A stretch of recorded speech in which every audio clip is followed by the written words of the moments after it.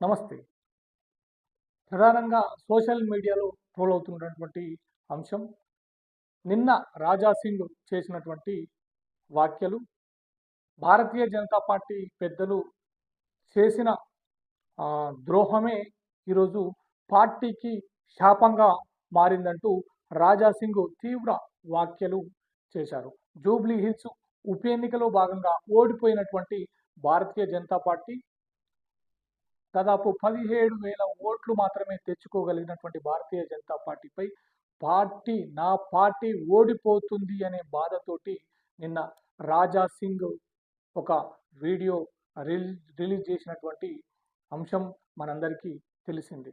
భారతీయ జనతా పార్టీలో కిషన్ రెడ్డి చేస్తున్నటువంటి నాయకత్వం పైన రాజా సింగ్ తీవ్ర విమర్శలు గుప్పించినారు. పార్టీలో ఏం జరుగుతున్నది, ఇకనైనా సరిచేసుకోండి.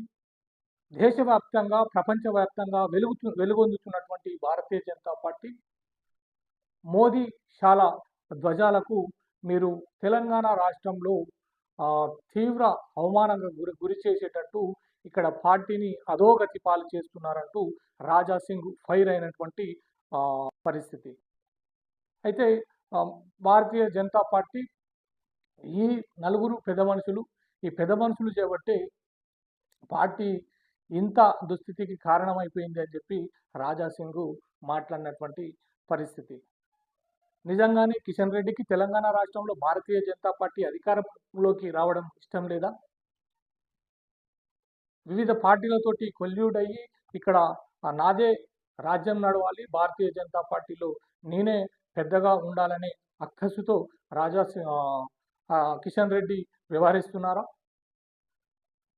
అనే అంశాలపై ఆలోచించినట్లయితే రాజా సింగ్ వ్యాఖ్యలు నిజమే అన్నట్టుగా తెలంగాణ రాష్ట్రంలో సోషల్ మీడియాలో వైరల్ అవుతున్నటువంటి వార్తలు దీనికి ఊతమిస్తున్నాయి. పార్టీ ఒకానొక సమయంలో అధికారంలోకి వస్తుందనే అంచనాకు వచ్చినటువంటి తెలంగాణ ప్రజలు నేడు పార్టీ ఈ దుస్థితికి పడిపోవడానికి కారణం కిషన్ రెడ్డి అంటూ తెలంగాణ రాష్ట్ర వ్యాప్తంగా ప్రజలు మాట్లాడుకుంటున్నటువంటి పరిస్థితి.